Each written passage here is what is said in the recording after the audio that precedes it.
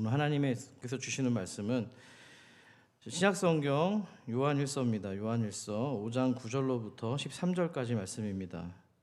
요한일서 5장 9절로부터 13절, 제가 가진 성경으로 393페이지 있습니다. 한 절씩 교독 후에 마지막 절을 같이 읽지요. 9절입니다. 만일 우리가 사람들의 증언을 받을진대 하나님의 증거는 더욱 크도다. 하나님의 증거는 이것이니 그의 아들에 대하여 증언하신 것이니라.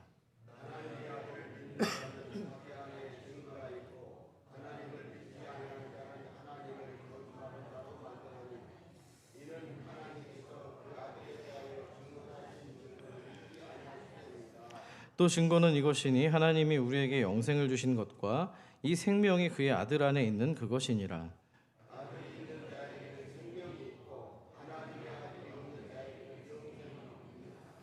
내가 같이 읽습니다. 내가 하나님의 아들의 이름을 믿는 너희에게 이것을 쓰는 것은 너희로 하여금 너희에게 영생이 있음을 알게 하려 함이라. 아멘. 지난 한 주 우리는 고난이 빚은 고백이라는 주제로 특별 새벽 기도회를 보냈습니다. 말씀을 계속 증거하면서 저는 고난이 무엇을 위한 고난이며 주님의 십자가상 그 7가지 말씀이 무엇을 위한 고백이었는지 계속 묵상하게 되었습니다. 거기다가 오늘 아침에 부활주의를 준비하다 보니까 또 이 부활은 또 무엇을 위한 부활인지 생각에 잠기게 되었습니다. 그래서 든 생각은 주님의 죽음과 고난과 이 부활이 무엇을 위한 것인지 이해하기 위해서 하나님의 복음을 되새겨보는 것이 중요하다는 결론이 들었습니다. 그래서 저는 좀 이번에는 여느 때와는 좀 다르게 여기 계신 여러분들께 어쩌면 너무 쉬운 이야기일지도 모르겠지만 하나님의 복음에 대해서 부활주일 생각해보는 시간을 갖고자 합니다. 공교롭게도 제가 수요일에 우리 성도님들과 복음학교를 진행하고 있습니다. 많은 부분 그 강의의 내용이 담겨 있음을 아울러 밝혀드립니다. 자, 하나님의 복음을 이해하려면 먼저 어디부터 봐야 될까요? 창세기부터 봐야 됩니다. 왜 그렇습니까? 인간 존재의 근본이 거기서부터 시작되기 때문입니다. 질문을 드립니다. 하나님이 인간을 창조하시고 가장 먼저 하신 일이 무엇인지 기억하십니까? 하나님이 뭐 했을까요? 준비가 안 되신 줄 알고 제가 준비를 했습니다. 창세기 1장 27절 28절을 같이 읽어보겠습니다. 시작. 하나님이 자기 형상 곧 하나님의 형상대로 사람을 창조하시되 남자와 여자를 창조하시고 하나님이 그들에게 복을 주시며. 아멘. 무엇을 줬다고요? 복을 주셨습니다. 근데 이 복은요, 어떤 상태나 소유를 말하는 것이 아니고요, 하나님과 바른 관계 안에 있는 것을 의미합니다. 그런데 하나님께서 복을 주시기에 앞서서 하나님이 인간을 어떻게 창조하셨다고 말하고 있죠? 27절에서 하나님의 형상대로 창조했다고 기록합니다. 하나님의 형상대로 창조했다는 게 그럼 뭘까요? 그것은요, 하나님이 창조하신 피조물 가운데 오직 인간만이 하나님과 인격적인 교제를 나눌 수 있는 존재로 만들었다는 의미입니다. 그럼 질문합니다. 그럼 또 인격은 무엇일까요? 오늘 계속 이렇게 꼬리를 물면서 질문하고 답을 할 텐데요. 인격은요, 지성과 감정과 의지를 가지고서 뭐 하는 거냐면 관계를 맺을 수 있는 상태를 말합니다. 아멘이십니까? 그러니까 하나님의 형상으로 창조되었다는 것은 복과 마찬가지로 관계에 대한 이야기입니다. 그렇게 인격적인 관계를 위해서 하나님이 하신 작업이 있는데요. 2장 7절을 여러분이 한번 읽어주시기 바랍니다. 화면을 보시면서 2장 7절입니다. 시작.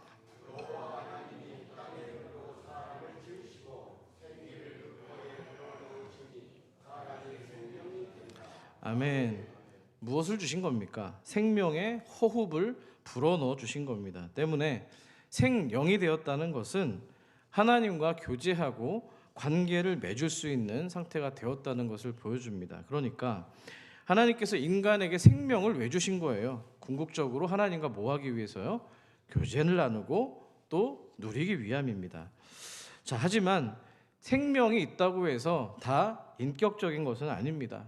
지나가는 개나 또 키우는 가축이나 돼지를 두고서 인격이 있다고 우리는 말하지 않기 때문입니다. 오직 하나님의 형상으로 창조된 인간만이 하나님과 인격적인 관계를 맺을 수 있는 겁니다. 그것이 바로 성경이 말하고 있는 복의 근본적인 의미입니다. 이것을 믿으십니까? 그런 측면에서 아담은요, 인간이잖아요. 아담과 하와는 인간인데요. 하나님께서 창조하신 최고의 영적 존재요, 복된 존재였다는 사실입니다. 자, 그는 에덴 동산에서 뭐 했습니까? 하나님과 그 하나님 앞으로 나아가는 일에 거리낌이 없었습니다. 구약 시대에는 이제 죄가 들어온 이후에는 하나님이 정하신 절차를 따라서 하나님 앞으로 나아갈 수 있었지만 이때는 아무런 거리낌이 없었습니다. 하나님이 또 흙으로 지으신 각종 짐승들에게 이 아담을 통해서 그 특성에 맞도록 이름을 지었잖아요. 이름을 지을 만큼 지혜롭기도 했다는 겁니다. 또 아담이 어땠습니까? 자신의 갈비뼈로 만든 아내에게 내 뼈 중에 뼈요, 살 중에 살이라고 할 만큼 정서적으로도 굉장히 완벽한 존재였던 겁니다. 거기다가 만물을 다스리고 정복할 수 있는 권위도 갖추었던 하나님의 그야말로 최고의 작품이었던 겁니다. 그래서 신약성경 에베소서 2장을 보시면은 그런 인간을 가리켜서 다음과 같이 기록하고 있습니다. 2장 10절입니다. 함께 읽어보겠습니다. 시작. 우리는 그가 만드신 바라 그리스도 예수 안에서 선한 일을 위하여 지으심을 받은 자니 이 일은 하나님이 전에 예비하사 우리로 그 가운데서 행하게 하려 하심이라. 아멘. 여기서 만드신 바라는 이 단어는요, 헬라어로 포이에마라고 합니다. 한번 따라해 볼까요? 포이에마. 작품이라는 뜻입니다. 작가들이 여러분 전시회나 어떤 그 큰 공간 안에서 자신의 작품 왜 내놓는 거예요? 뽐내기 위함 아닙니까? 자신의 생각, 철학, 가치, 내가 뭔가 세상 가운데 알리고 싶은 거 아닙니까? 예, 우리 언퍼의 인사 여러분들도 모두가 다 하나님의 포이에마인데요. 옆 사람과 한번 이렇게 인사해 보겠습니다. 당신은 하나님의 포이에마입니다. 시작. 네, 이럴 때 또 어려운 헬라어 하나 또 건져가는 거 아니겠습니까? 자, 하지만 그렇게 작품된 인간, 소중한 인간, 하나님의 형상을 입은 인간, 하나님의 복덩어리였던 그 인간에게 문제가 생깁니다. 에덴 동산에서 먹지 말아야 될 금단의 열매를 따먹었기 때문입니다. 선악을 알게 하는 나무의 열매였는데요. 그런데 하나님께서 이 열매를 먹게 되면 인간이 어떻게 된다고 했습니까? 기억나십니까? 창세기 2장 17절인데요. 같이 읽어볼까요? 선악을 알게 하는 나무의 열매는 먹지 말라. 내가 먹는 날에는 반드시 죽으리라 하시니라. 아멘. 불순종한 인간, 하나님이 되고자 했던 인간에게, 범죄한 인간에게 뭐가 찾아왔습니까? 죽음이 찾아왔습니다. 사망이 찾아온 겁니다. 그래서 신약성경 로마서 5장 12절은 죽음이 찾아온 인간의 형편을 다음과 같이 묘사하고 있습니다. 진단합니다. 제가 읽어드리죠. 5장 12절입니다.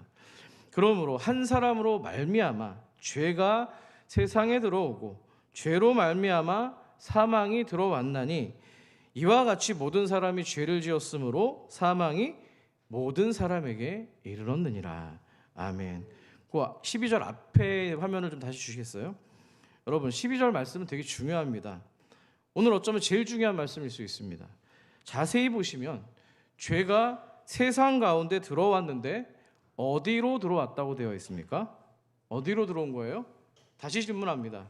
죄가 왔는데 뭐가 어떤 결과를 얻었어요? 사망이 들어왔어요. 사망이 왔다는 건 어디에 들어왔다는 거예요? 죄가 생명에 들어왔다는 겁니다. 이게 제일 핵심입니다. 저는 오늘 이것만 얘기할 겁니다. 이게 복음이기 때문입니다. 자, 생명은, 그럼 여러분 생명이 들어왔는데 생명이 뭡니까 그러면? 생명이 뭘까요? 사전적인 의미를 찾아보니까 생명은 단순히 생물학적인 어떤 호흡 또는 심장 박동이 뛰는 목숨만을 의미하는 것이 아닙니다. 뭐냐면 그 생명의 특성을 따라 살아갈 수 있는 능력까지 포함할 때 그것을 온전한 생명이라고 말할 수 있기 때문입니다. 그런데 죄가 어디로 들어왔다고요? 생명에 들어온 겁니다. 그러면 묻습니다. 선악과를 따먹은 이 아담과 하와가 먹자마자 어떻게 됐습니까? 바로 죽었습니까? 그렇지 않았습니다. 어쨌든 수명을 살다가 한계가 있긴 했지만 나중에 오래 살다가 죽음을 맞이합니다. 근데 여러분, 선악과를 먹는 순간 이미 하나님의 말씀이 그대로 적용된 부분이 있습니다. 그게 뭘까요? 그건 바로 아담과 하와, 인간에게 있던 하나님의 형상이 파괴되었다는 사실입니다. 앞서 제가 하나님께서 당신의 형상으로 창조한 인간에게 호흡을 불어넣어 주신 이유가 있다고 했습니다. 왜 호흡을 불어넣어 주셨죠? 왜 그 생명을, 그렇죠. 호흡을 넣어 주신 목적이 뭐예요? 하나님과 관계를 맺고요, 하나님과 교제하기 위함이었습니다. 기억하십니까? 그렇다면 하나님의 형상이 파괴되었다는 것은 하나님과 교제할 수 있는 뭐가 파괴되었다는 거예요? 영적인 생명이 파괴되었다는 것을 의미합니다. 그렇기 때문에 하나님이 창조하신 원래의 목적대로 살아갈 수 없는 존재가 되었다는 것을 보여줍니다. 그 말은 더 나아가 결국 뭘 얘기하는 거예요? 인간이 더 이상 하나님과 교제할 수 없는 상태가 되었다는 것을 의미합니다. 그것이 바로 성경이 말하는 죽음이요 사망의 상태입니다. 웨스트민스터 소유리 문답 1문 1답은 이렇게 말합니다. 인간의 제일 되는 목적이 무엇이냐고 물었을 때 뭐라고 답변합니까? 하나님을 영화롭게 하는 것과 그를 영원토록 즐거워하는 것이다 라고 분명히 선언합니다. 그러니까 하나님의 형상이 파괴되었다라는 이야기는 바로 그 기능이 파괴되었음을 의미합니다. 단순히 육체적인 죽음만이 아니고요, 하나님과 영적인 단절이 지금 이루어진 겁니다. 생각해 보세요. 존재만으로 아름답고 존재만으로도 영광스러웠던 아담과 하와가 그렇게 불순종으로 범죄한 이후에 어떤 결과를 맞아들이게 되었을까요? 자, 하나님으로부터 영적인 생명이 끊어지자마자 뭐가 찾아왔냐면 수치심이 찾아옵니다. 그 전까지는 발가벗고 있어도 아무렇지 않았습니다. 이 사람들이 뭐 나치주의자 이런 것도 아니잖아요. 부끄러워하지 않았는데 말할 수 없는 죄책감이 생겨납니다. 계속 뭔가를 가려야만 됩니다. 더군다나 사랑과 기쁨의 대상이었던 우리 하나님이 이제 두려움의 대상이 되어서 어딘가에 숨어버리고 맙니다. 한마디로 이제 하나님을 아는 지혜에 있어서도 왜곡과 변질이 일어나기 시작한 겁니다. 그러면 감정과 정서에 있어서는 어떻습니까? 아내인 하와를 바라보면서 이전에는 내 뼈 중에 뼈요 살 중에 살이라고 로맨틱한 그런 고백을 했던 아담 아닙니까? 이제는 범죄한 이후에 뭐라고 그래요?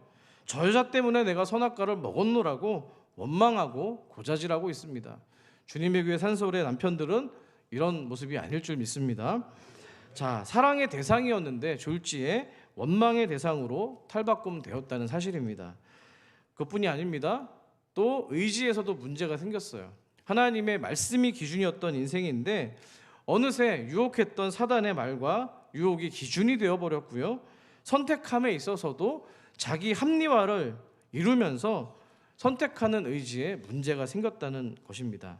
아담과 하와는 그 지혜에 있어서, 정서에 있어서, 의지에 있어서 이제 뭐가 죽은 거예요? 하나님과 교제할 수 있는 하나님의 형상이 죽은 자가 된 것입니다. 이해가 되십니까? 그래서 누가 이제는 시키지 않아도 자동 반사적으로 죄로 인한 시스템이 돌아가기 시작합니다. 본능대로 살아가는 존재로 전락했기 때문입니다. 자, 결국 이런 아담과 하와를 보고 두실 수가 없었죠. 에덴 동산에서 쫓겨납니다. 근데 안타깝게도 그 죄가 아담과 하와에게만 국한된 것이 아니었습니다. 아이러니하게도 성경은 그들의 자녀를 통해서 그 죄가 어떤 결과를 초래했는지 생생하게 보여줍니다. 아담과 하와의 아들이 누굽니까? 가인과 아벨입니다. 알고 계시죠? 가인이 어떤 죄를 저질렀어요? 누구를 죽여요? 아벨을 죽였습니다. 동생을 죽였습니다. 죄목이 뭡니까? 살인입니다. 살인이 뭐예요? 생명을 빼앗는 겁니다. 그러니까 가인의 죄가 생명을 빼앗은 거예요. 보세요. 가인의 죄가 생명을 빼앗은 겁니다. 그래서 로마서 6장은 말씀합니다. 죄의 삭은 뭐라고요? 사망인 겁니다. 그러니까 죄인은 환경이 어떠어떠하기 때문에 죄인이 되는 것이 아니라 존재가 죄인이기 때문에 상황과 환경과 어떤 조건만 맞닥뜨려지면 누구든지 죄를 지을 수 있는 그런 상태가 되었다는 겁니다. 그렇기 때문에 이 죄의 문제는 뭐의 문제입니까? 어떤 윤리의 문제, 도덕적 차원의 문제, 그런 수준이 아니고요, 존재의 문제인 줄 믿습니다. 한번 따라해 볼까요? 죄의 문제는 존재의 문제입니다. 자, 그렇다면 범죄한 인간의 존재가, 그 위치가 어떻게 변화가 되었을까요? 아까도 말씀드렸습니다만 서두에서 인간은 원래 하나님의 복덩어리로 창조가 되었습니다. 그런데 이제는 복된 존재가 아니라 형상이 깨졌기 때문에 구원받아야 되는 구원의 대상으로 전락했다는 사실입니다.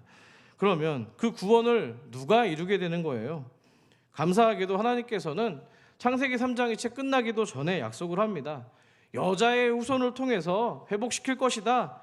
그 여자의 후손이 누구입니까? 바로 주 예수 그리스도인 줄 믿습니다.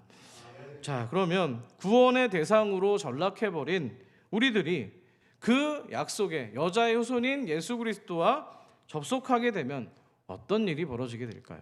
고린도후서 5장 17절을 여러분 한번 읽어주십시오. 시작.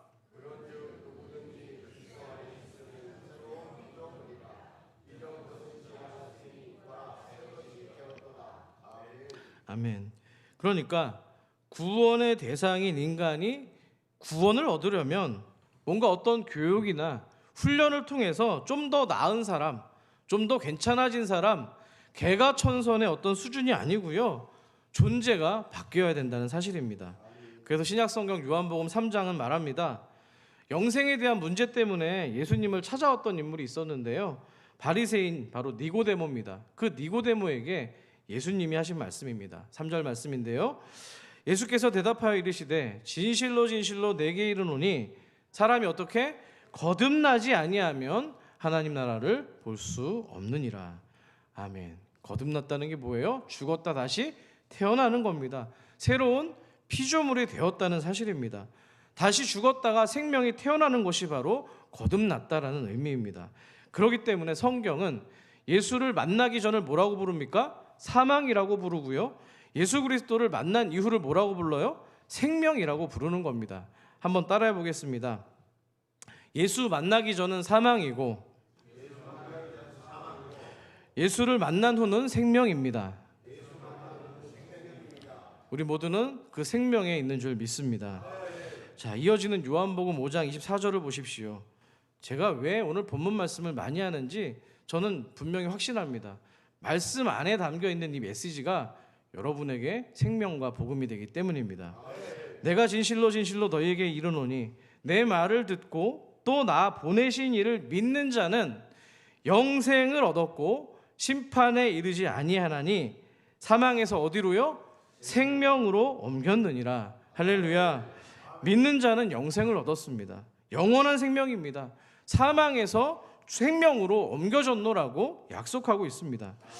여러분, 복음의 관점에서 인생을 좀 진단해 본다면 우리는 모두가 다 허물과 죄로 죽은 존재입니다.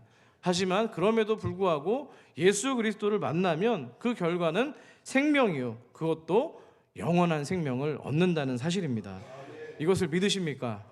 그렇기 때문에 우리가 예수 믿는다고 하는 이 신앙 고백은요, 결국 무슨 문제인 겁니까? 사느냐 죽느냐, 죽음과 생명의 문제라는 사실입니다. 번뜩하지 않습니까? 우리들이 신앙생활하는 거 사느냐 죽느냐의 문제라는 겁니다.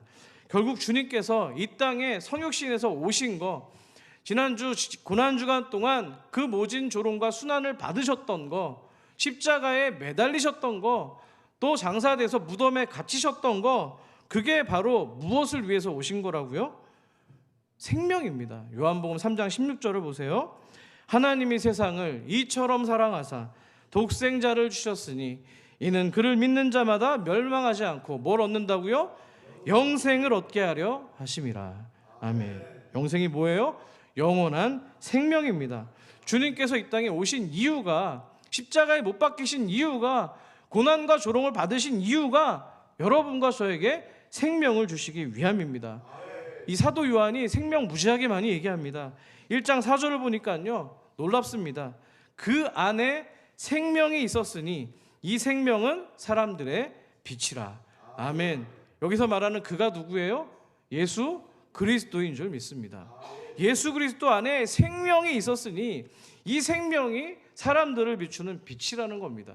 인간은 빛을 못 보면 죽게 되어 있습니다. 빛을 바라만 생명이 살아나는 거예요. 저는 이제부터 예수님이 왜 이 땅에 오셨는지 성경을 통해서 좀 더 확인해 보고자 합니다.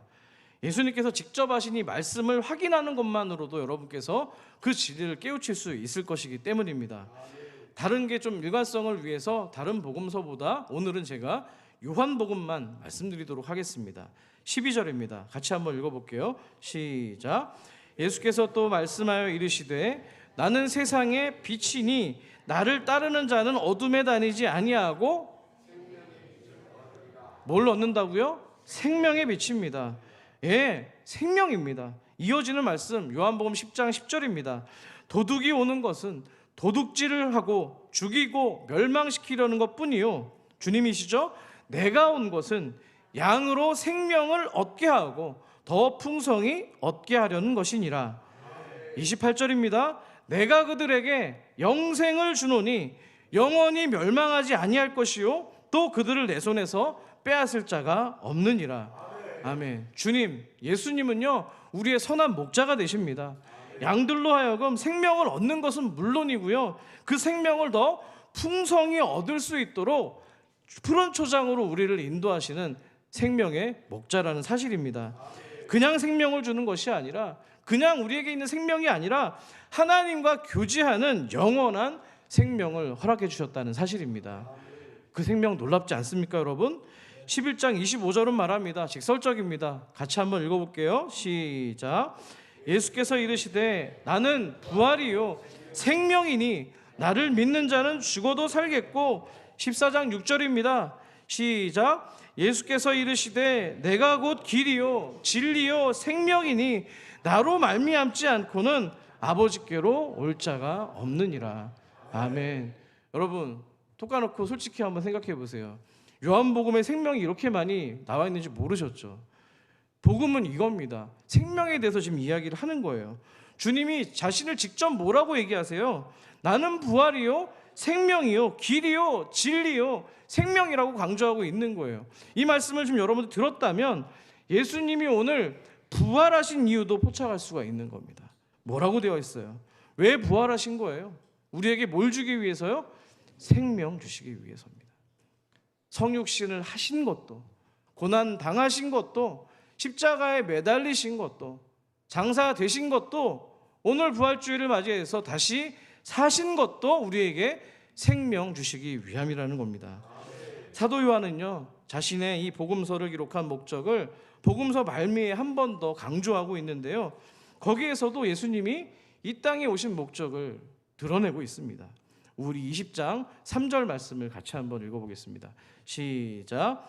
오직 이것을 기록함은 너희로 예수께서 하나님의 아들 그리스도임을 믿게 하려 함이요 또 너희로 믿고 그 이름을 힘입어 생명을 얻게 하려 함이니라. 아멘. 그러니까 여러분, 제자들 있을 때도, 그 12제자가 있을 때도 주님이 계속해서 생명에 대한 얘기만 하시는 거잖아요. 제자들이 죽었나요? 안 죽었습니다. 살아 돌아다녔고요, 먹었고요, 말을 걸었고요, 사역을 베풀었고요, 여러 가지 기적을 베풀었습니다. 살아 있었습니다. 그럼에도 불구하고 주님은 계속해서 생명에 대한 얘기를 하고 있는 거예요. 멀쩡히 살아 있는 것 같은데 주님이 왜 그렇게 생명에 대해서 말씀을 하고 있었던 거예요? 창세기 3장에서 박살났던 그 하나님의 형상으로서의 원형, 깨어졌던 그 영적인 생명, 그것을 회복시키기 위함이었습니다. 할렐루야. 이것을 믿으십니까? 그러면 그 회복된 생명을 가지고서 뭐 하기 위함인 거예요? 초반에 제가 말씀드렸죠. 그 생명을 가지고 뭐 하기 위해서요? 하나님과 교제하고 하나님과 나누고 아름다움, 하나님께서 하신 것들을 누리기 위함이었다는 겁니다. 그렇기 때문에 여러분, 구원의 의미를 거기서 포착할 수 있어야 돼요. 우리가 구원을 얘기할 때 그저 하나님으로부터 내가 죄로부터 해방이 되어서 하나님 나라 가게 되는 것 정도로만 생각을 하는 경우가 많은데요, 틀린 말은 아닙니다만 1차적인 너무나 수준이 낮은 구원에 대한 의미입니다. 구원은 뭐냐면요, 그 생명을 가지고서 구원 받은 것을 통해서 내가 자유를 얻은 것을 통해서 그 자유와 생명으로서 하나님과 교제하는 자리, 하나님을 예배하는 자리, 아까 하나님을 영화롭게 하는 자리까지 가야 되는 거, 그것이야말로 성경이 말하고 있는 구원의 참된 의미인 줄 믿습니다. 아멘이십니까? 그렇기 때문에 출애굽 백성들이 여러분 애굽으로부터 나와 있는 거, 자유를 얻게 된 거, 자유된 백성이 된 거, 그게 구원이 아니고요. 그 구원됨을 가지고 모세가 애굽 왕에게 내 백성들을 끌고 나갈 때 뭐라고 얘기를 해요? 내가 얘네들을 데리고 나가서 광야에서 뭐 하기 위해서 하나님께 예배하기 위해서 이끌고 나간다고 얘기를 하잖아요. 거기가 바로 구원의 참된 의미가 담겨 있는 겁니다. 예배가 뭐예요? 하나님과 교제하는 겁니다. 믿으십니까? 그 구원의 의미가 거기 담겨 있는 거예요. 그런데 여러분 좀 더 깊숙이 좀 복음에 대한 의미로 들어가기를 원합니다. 하나님께서 구원을 이루고자 하실 때 하나님께는 풀어야 될 아주 숙제가 있었습니다. 뭐냐면은 창세기에서도 그렇고 아까 로마서에서도 그렇고 분명 죄의 삭슨 뭐라고 말씀했습니까? 사망이라고 얘기했습니다. 죄의 결과는 죽음이라고 얘기를 한 거예요. 근데 하나님의 말씀은 1.1획도 변함이 없으신 분이잖아요. 죄의 삭슨 사망이라고 했기 때문에 반드시 그 결과 값을 치러야 된다는 사실입니다. 한번 질문합니다. 우리 1부 때 얘기를 했더니 다 대답을 못 하시더라고요. 하나님이 창조하셨어요. 하늘에 해와 달을 만드셨잖아요. 어김없이 뜹니다, 해가. 그죠? 오늘 아침 해 뜬 거 보셨죠? 해 뜬 거 다 보셨잖아요. 내일도 뜰까요, 안 뜰까요? 뜨죠? 계속 뜰 거예요. 그럼 묻습니다. 언제 해가 멈추게 될까요, 안 뜰까요? 잘 창조 원리를 생각해 보세요. 하나님이 어떻게 창조하셨어요? 뭘로? 그렇죠. 말씀으로 창조했잖아요. 그럼 어떻게 해야지 해가 멈출까요? 말씀이죠. 해야 미안하다, 오늘 멈춰라. 하나님이 명령하면 되는 겁니다. 맞습니까? 그럼 그렇기 때문에 하나님의 말씀 1.1획도 변함이 없기 때문에 반드시 이루어져야만 되는 거예요. 죄를 지었으니까 어떻게 돼요? 죽어야 되는 거예요. 그렇기 때문에 여러분 하나님의 말씀이 이루어지는 거, 그건 공의입니다. 맞습니까? 그 공의를 통해서 하나님의 거룩하심이 드러나는 거거든요. 근데 하나님에게 딜레마가 있었습니다. 하나님이 심판을 하시려고 보니까 우리를 살릴 수가 없는 거예요. 죽는다고 얘기했잖아요. 살려야 되는데 죄의 삭은 사망이니까 어쩔 수가 없는 거예요. 자, 이거를 여러분들에게 도움을 주기 위해서 출애굽기 이야기는 여러분에게 굉장한 정말 복음의 은혜를 입히게 될 줄 믿습니다. 자, 이야기를 한번 들어가 볼게요. 이스라엘 백성들이 400년 동안 애굽의 노예로 있었습니다. 종이었습니다. 애굽이 어떤 나라입니까? 하나님을 대적하는 수많은 우상들로 범벅이 된 나라입니다. 우상의 도시입니다. 우상의 국가였습니다. 한마디로 사단을 섬기는 사단의 나라였다는 겁니다. 한마디로 뭐예요? 죄를 상징하는 거예요. 맞습니까? 애굽은 죄입니다. 그럼 애굽의 죄의 결말은 뭐예요? 뭐예요? 사망인 거예요. 심판입니다. 멸망당해야 되는 거예요. 그래서 하나님이 모세를 통해서 이스라엘 백성들을 탈출시키고자 하는데요, 애굽 왕이 말을 안 듣습니다. 바로잖아요. 무려 9가지 재앙을 내렸는데도 바로 왕은 이스라엘 백성들을 놓아주지 않습니다. 하나님 입장에서 죄악의 땅, 이 애굽을 심판하셔야만 되는데 딜레마가 생긴 거예요. 애굽 땅 안에 고센이라고 하는 지역이 있었습니다. 거기에 누가 살았어요? 이스라엘 백성들이 살았습니다. 잘 생각해 보세요. 하나님께서 당신의 공의로서 애굽을 심판하셔야 되는데 애굽 땅 전체를 심판하시려고 봤더니 애굽 땅 안에 누가 있는 거예요? 사랑하는 이스라엘 백성들이 있었던 겁니다. 이해가 되셨어요? 그럼 하나님이 심판하시면 묻습니다. 애굽 백성들만 죽는 거예요? 이스라엘 백성들도 죽는 거예요? 그렇죠. 다 죽는 거잖아요. 맞습니까? 다 죽는 거예요. 그런데 하나님이 공의로 그렇게 애굽 땅을 심판하고자 했는데 애굽 땅에 시퍼렇게 살아있는 당신의 백성들이 있는 거예요. 어떻게 하겠어요? 이게 여기에 되게 중요한 원리가 담겨 있는데요, 죄의 개념도 마찬가지인 거예요. 내가 따로 있고요, 죄가 따로 있는 게 아니고요, 나와 죄가 어떻게 된 거예요? 하나로 묶여 있는 겁니다. 다시 말합니다. 그런데 죄가 어디로 들어왔다고요? 되게 중요한 거, 졸면 안 돼요. 이 말씀하는데 졸면 진짜 안 돼요. 여러분이 복음을 언제 제대로 들으시겠어요? 졸지 마세요. 미안합니다. 졸지 마세요. 진짜. 죄가 어디로 들어왔다고요? 생명으로 들어왔다고요. 생명이 누가 가지고 있는 거예요? 내가 가지고 있는 거잖아요. 죄와 생명이 하나로 묶여 있고요, 생명과 내가 지금 하나로 묶여 있잖아요. 하나라는 거예요. 심판하게 되면 어떻게 되는 거예요? 다 죽는 거잖아요. 분리할 수가 없잖아요. 이해가 되었습니까? 하나님의 딜레마가 여기 있다는 거예요. 최후의 심판을, 죄에 대한 심판을 하셔야 되는데 나를 살려야 되는 거예요. 여러분을 살려야 되는 거예요. 자, 물론 하나님께서는 전지전능하신 분이기 때문에 충분히 그럴 능력이 있으십니다. 그렇지만 당신의 공의로운 말씀을 뒤집어 가면서까지 그렇게 하실 수가 없었던 거예요. 자, 이때 바로 하나님의 놀라운 지혜가 드러나기 시작합니다. 기가 막힌 방법을 예비해 두신 거예요. 그래서 모세에게 이렇게 명령합니다. 이야기체로 풀어보겠습니다. 모세야, 내가 이스라엘 백성들을 살리는 유일한 길은 애굽을 심판하는 일인데 심판하려고 보니까 너희들도 똑같이 죽을 수밖에 없더라. 하지만 내 목적은 심판이 아니라 너희들을 살리는 거, 생명이고 구원인 거 너도 알지?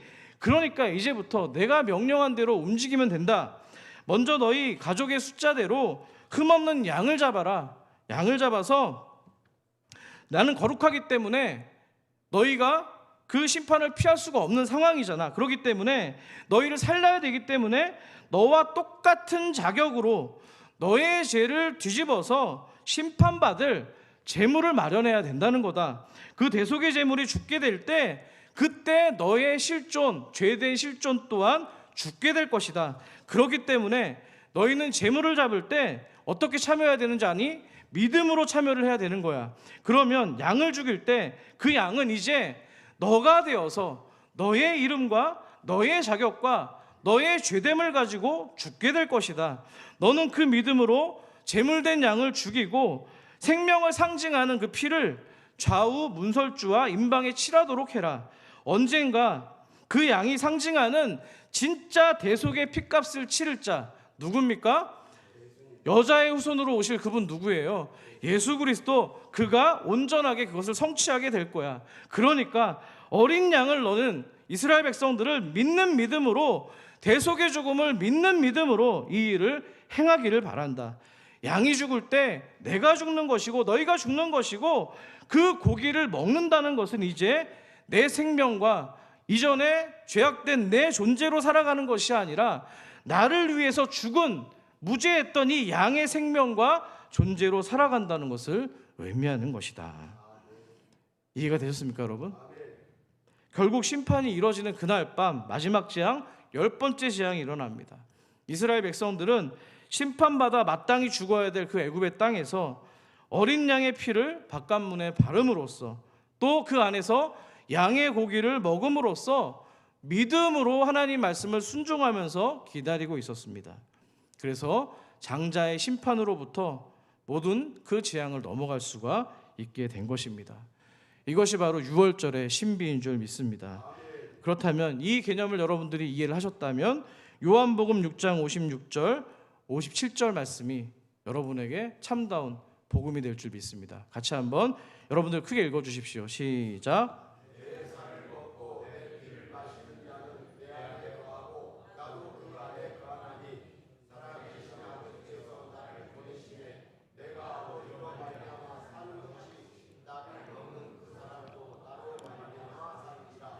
아멘. 무슨 얘기인지 이해가 되셨습니까? 내가 아버지로 말미암아 사는 것 같이 나를 먹는 그 사람도 나로 말미암아 살리라. 여기에 지금 성찬의 의미가 담겨 있는 겁니다. 죄의 노예로 심판받아 죽어야 했던 그들은 어린 양과 함께 이미 죽은 존재가 된 거고요. 그 애굽 땅에서 이제 떠나서 광야로 나오게 될 때 그때는 이전에 죄된 노예의 신분이 아니고요. 다시 태어난 주님의 은혜로 인하여서 다시 거듭나게 된 존재, 하나님 나라 백성으로 완전히 새 출발을 할 수 있게 된 것입니다. 여러분, 이제 애굽을 나와서 광야로 나갑니다. 거기서 아까 뭐 한다고요? 하나님께 예배하는 거예요. 뭘 가지고요? 다시 거듭난 생명을 가지고 하나님과 교제하기 위함입니다. 하나님 교제 무지하게 좋아하시는 분이세요. 여러분과 대화 나누기 원하시고요. 여러분을 너무 사랑하셔서 아들을 주시기까지 어떻게든 나와 좀 관계를 좀 맺어보려고, 나의 일거수일투족을 좀 그냥 그분하고 나누기 위해서, 하나님이 우리에게 베풀어 주신 것들을 만끽하기 위해서, 그분이 얼마나 영광스럽고 아름다운가를 보여주기 위해서 하나님은 그렇게 우리를 사랑하시기 때문에 아들을 못 박으실 수밖에 없었던 겁니다. 이 6월절의 신비로 하나님의 딜레마가 풀렸습니다. 어떻게 해요? 공의를 집행하시는 하나님의 거룩함은 보존되고요, 그 은혜를 입은 저와 여러분, 복음의 수혜자인 우리는 의롭다 칭함을 받고요, 하나님 나라 백성으로 자유함으로 이제 하나님과 연결되어서 예배하는 자가 되었기 때문입니다. 아멘이십니까? 이 신비가 로마서의 3장 가운데 정말 깊이 담겨 있습니다. 제가 한번 읽어드릴 테니까요, 화면을 통해서 눈으로 가슴으로 콕콕 새기시기를 바랍니다.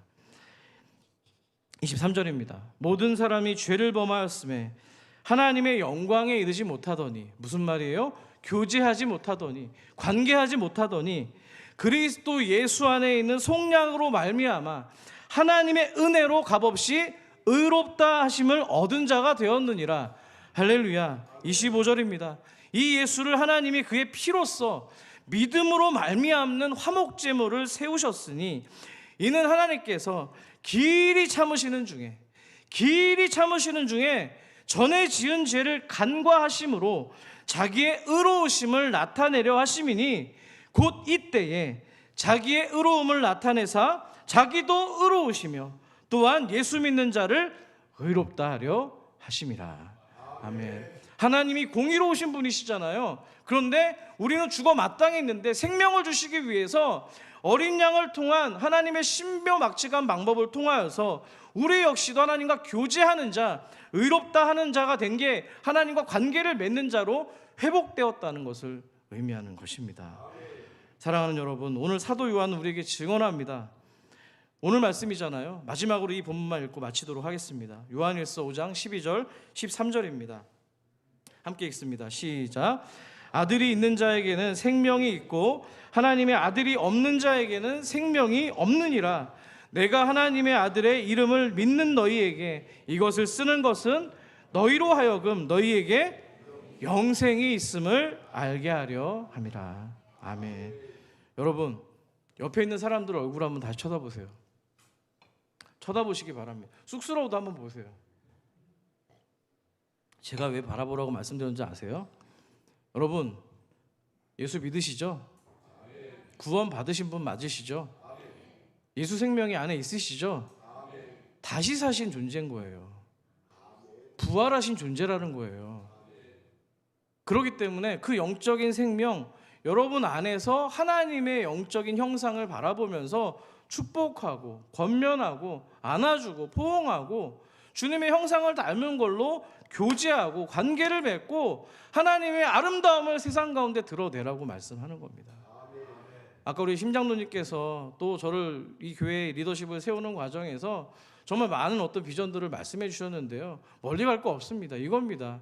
하나님의 형상, 하나님의 생명 입은 자로서 우리가 서로 안에서 그걸 바라보면서 발견하고 아껴주고 존중하고 그러다 보면 좀 모난 사람도 좀 깎여가지고 사랑이 되는 거 아니겠습니까? 그런 은혜가 있기를 소망합니다. 주님께서 정리합니다. 고난주간 십자가에 달리신 것과 3일 만에 부활하신 것과 이 모든 것이 뭘 하기 위함이라고요? 우리에게 생명을 주시기 위함이었습니다. 부디 이 복음의 신비를 깨달으시고 믿음으로 거듭난 생명으로 살아가시는 주님의 교회 산서울 되시기를 간절히 축복합니다.